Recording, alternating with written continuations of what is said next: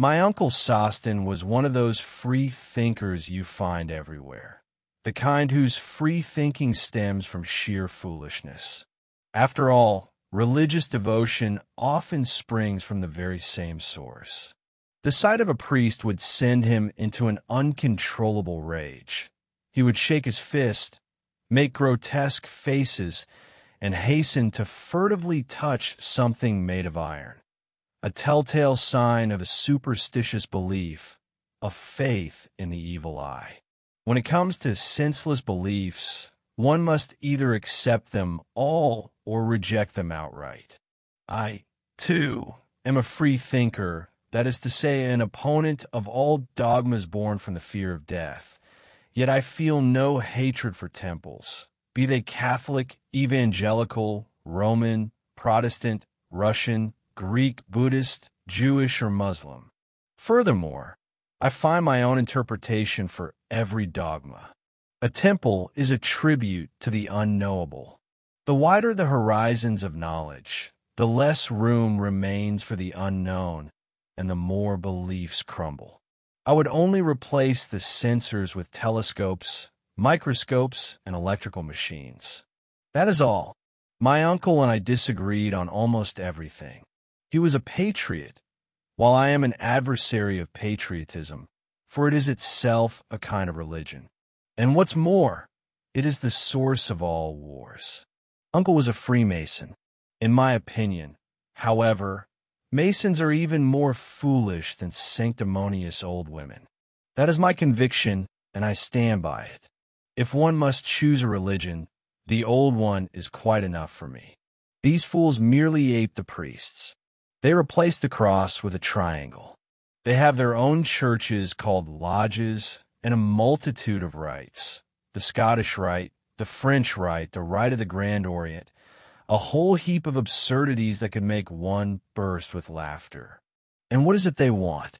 To provide mutual aid while tickling each other's palms? I see nothing wrong in that. They are simply following the Christian commandment, help one another. The only peculiarity is the tickling. But is it worth performing so many ceremonies just to give 100 sous to a pauper? Monks, for whom almsgiving and helping one's neighbor are a duty and a trade, inscribed 3 letters at the head of their missives, J.M.J. The Masons, meanwhile, put 3 dots after their names. It's a case of 6 of one and half a dozen of the other. Uncle would declare, "We are pitting religion against religion. We are forging a weapon from free thought to slay clericalism. Freemasonry is the citadel to which all who thirst to overthrow the God's flock."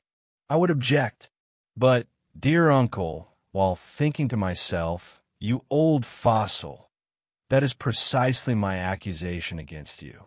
Instead of destroying, you're creating competition, and that only drives down the prices, nothing more.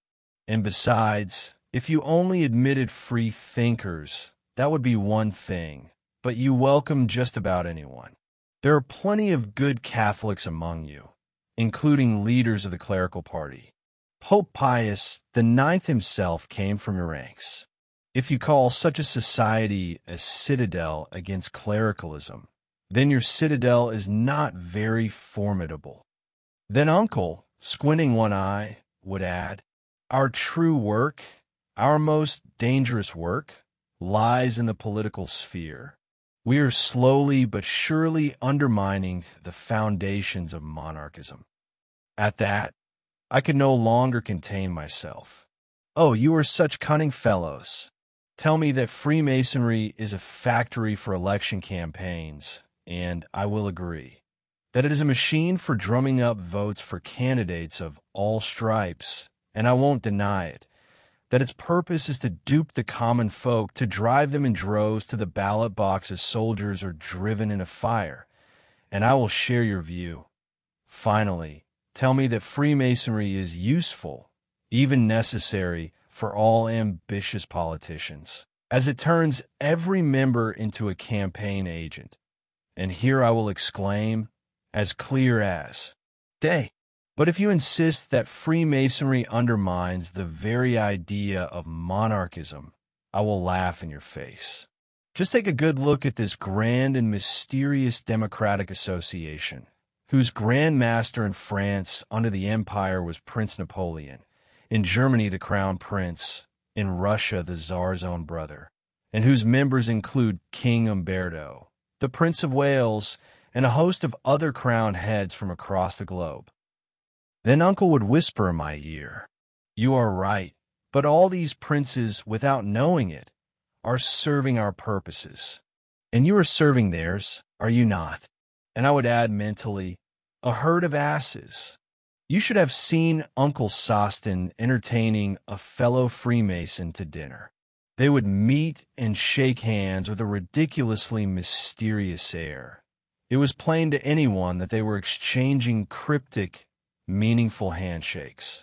Whenever I wanted to infuriate my uncle, I merely had to remind him that dogs get acquainted with one another in a perfectly Masonic fashion. Then Uncle would draw his friend away into a secluded corner, as if to impart some momentous news, and at the table, sitting opposite one another, they would assume a peculiar manner of looking and exchanging glances, and when they drank, they would trade enigmatic looks, as if constantly repeating, "We understand each other, you and I." There lived in our little town an old Jesuit who provoked in Uncle Sostin the most profound loathing. The mere sight of him, even at a distance, was enough to make my uncle hiss, "Ugh, reptile!" Then, seizing my arm, he would whisper in my ear, "Mark my words, that scoundrel will do me a mischief one day. My heart tells me so." And my uncle was right. It happened through my fault, and under the following circumstances. Holy Week was approaching. Suddenly, my uncle took it into his head to arrange a meat dinner on Good Friday, a proper, unabashedly carnivorous feast, featuring sausages, black pudding, and brain sausage. I tried to dissuade him as best I could, insisting, "I eat meat on that day myself, as on any other, but only at home and in private. This stunt of yours is foolish. Who is it for?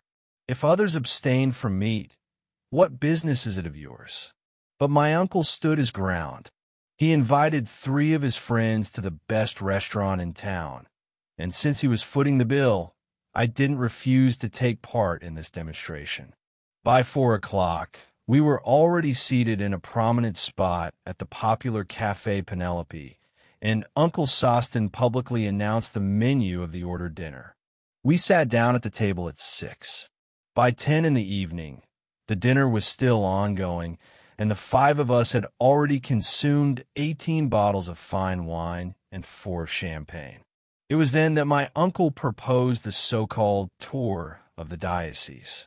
Each man lined up 6 glasses in front of himself, filled with various liqueurs, and had to drain them one after another before one of the companions could count to 20. It was a stupid game, but Uncle Sostin found it fitting for the occasion. By 11, he was dead drunk. We had to take him home in a carriage and put him to bed, and one could easily predict that his anti-clerical demonstration would result in a most severe case of indigestion. As I was returning home, also tipsy, but cheerfully so, I remembered my uncle's old grudge, and a Machiavellian idea, perfectly suited to my skeptical nature, came to my mind. I straightened my tie, assumed a mournful expression, and began ringing the old Jesuit's bell with ferocity. He was hard of hearing, so I had to wait. But I pounded on the door so violently that the whole house shook, and finally the Jesuit appeared at the window in a nightcap and asked, "What has happened?" I shouted, "Quickly, Reverend Father, open up. A dying man craves your holy last rites." The poor man hastily pulled on his trousers and came downstairs without even putting on his cassock. Gasping for breath, I told him, in a voice choked with feigned distress, I recounted that my free-thinking uncle had been suddenly stricken by a grave malady, suggestive of a most dangerous illness, that he was terribly afraid of death, and yearned to see the Reverend Father, to converse with him, hear his counsel, acquaint himself with Christian doctrine, reunite with the Church, and, of course, confess and take communion, so as to cross the fatal threshold with peace in his soul. I added defiantly, "Such is his wish. If it brings him no relief, it certainly can do no harm." The old Jesuit, both flustered and delighted, trembling all over, murmured, "Wait a moment, my child. I shall return directly." But I objected. "Forgive me, Reverend Father. I cannot accompany you. My convictions forbid it. I even refuse to come for you, and so I beg you not to mention me. Say that you received a revelation from on high about my uncle's illness." The old man agreed and hurried with quick steps toward Uncle Sostin's house. The maid tending to the sick man let him in immediately, and I watched as the black cassock disappeared into that citadel of free thinking. I hid in the gateway of a neighboring house to watch events unfold. Had my uncle been well, he would have finished off the Jesuit on the spot, but I knew he was incapable of even lifting a finger, and I amused myself immensely, wondering what incredible scene would play out between these two ideological opponents. A scuffle? A shouting match? Confusion? And how would this hopeless situation, exacerbated by my uncle's indignation, be resolved? I laughed until I cried, muttering under my breath, "Now, that's a clever trick."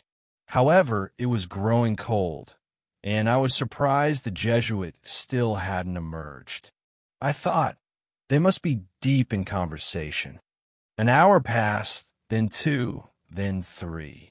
The Reverend Father did not appear. What had happened? Had my uncle died of shock at the sight of him? Or, worse still, had he done away with the Jesuit? Or perhaps they had devoured each other. The last notion seemed rather unlikely. My uncle was hardly in a state to swallow even a crumb. Dawn broke. Greatly alarmed, and not daring to visit my uncle myself, I remembered that a friend of mine lived directly opposite. I went to his place, told him of the incident, which both amused and astonished him, and then took up my observation post at the window. By 9 in the morning, my friend relieved me, and I managed a short nap.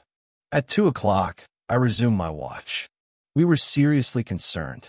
At 6 o'clock, the Jesuit finally emerged, calm and satisfied, and we watched as he walked away unhurriedly. Then, feeling awkward and timid, I rang my uncle's bell. The maid opened the door. Not daring to question her, I silently went upstairs. Uncle Sostin, pale, haggard, and utterly broken, lay motionless on his bed, staring with a dull gaze at a fixed point. A small icon was pinned to the bed's canopy. The room bore clear evidence of a gastric disturbance. "You've taken your bed, Uncle. Are you unwell?" I asked. He replied in a feeble voice, "Oh, my boy, I've been quite ill, nearly died." "How did that happen, Uncle?" "I don't know. It's quite inexplicable. But the most remarkable thing is that the Jesuit father who just left, the very one I couldn't stand before, came to see me because he had a revelation about my illness." I barely stifled a laugh. "Really?" "Yes, he came to me. He heard a voice that commanded him to rise and come to me, for I was dying. It was a revelation. To keep from bursting into laughter, I pretended to sneeze. I felt an irresistible urge to roll on the floor. A moment later, suppressing the laughter that choked me, I said with feigned indignation, "And you received him, Uncle? You, a free thinker, a Mason? You didn't throw him out?" He seemed embarrassed and muttered, "But you must understand, it's astounding. It's the finger of fate. And besides, he spoke of my father. He knew him. Your father, uncle? Yes, imagine, he knew my father. But that's still no reason to receive a Jesuit. I agree, but I was ill, very ill. And he tended to me so selflessly all night long. He is perfection itself. I owe him my salvation. You see, these people are versed in medicine. Ah, he tended to you all night. But you said he only just left. True. He showed such concern that I invited him to breakfast. While I drank tea, he ate right here at a small table by my bed. And he broke his fast? My uncle winced as if I'd said something terribly indecent, and added, "Don't laugh, Gaston. Some jokes are in poor taste. In this instance, that man was more heartfelt to me than any relative. I insist that his convictions be respected. Ladies and gentlemen, subscribe to the channel so you don't miss new stories. Share your impressions and thoughts in the comments. I will be delighted to chat with you.